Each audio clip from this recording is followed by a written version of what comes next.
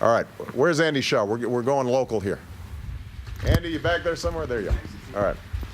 Let me ask you a question on behalf of local political reporters all over the country. As you know, mayors and county board presidents and governors are facing budgets that are hemorrhaging from this economic downturn, hundreds of millions of dollars, and they're faced with layoffs and tax increases they don't want to impose.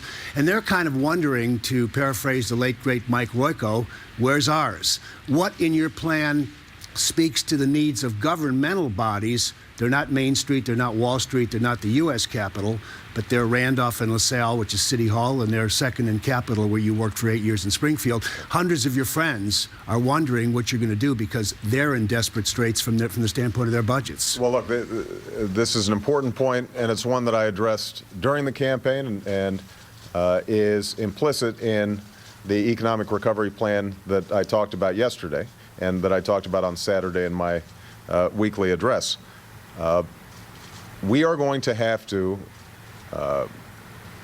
make sure that we are investing in roads, bridges, other infrastructure investments that lay the groundwork for long-term economic growth.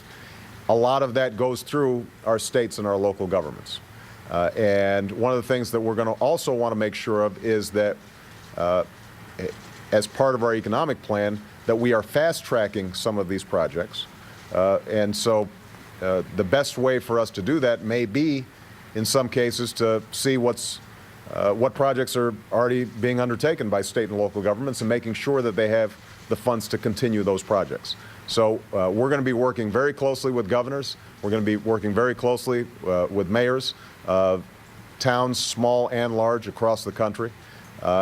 This economic recovery plan will require their input, their participation, and part of our job is to make sure that we are listening to what's happening on the ground where the rubber hits the road and not simply designing something out of Washington.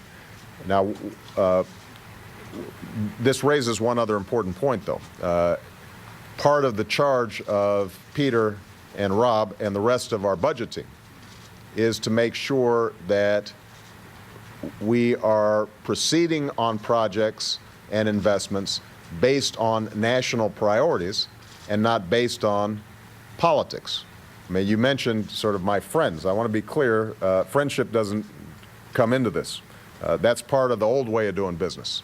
The new way of doing business is let's figure out what projects, what investments are going to give the American economy the most bang for the buck. How can we protect taxpayer dollars so that this money is not wasted? Restore a sense of confidence among taxpayers that when we spend our money, it's on things that are actually going to improve their quality of life, create the jobs that are so desperately needed, help to spur on economic growth and business creation in the private sector.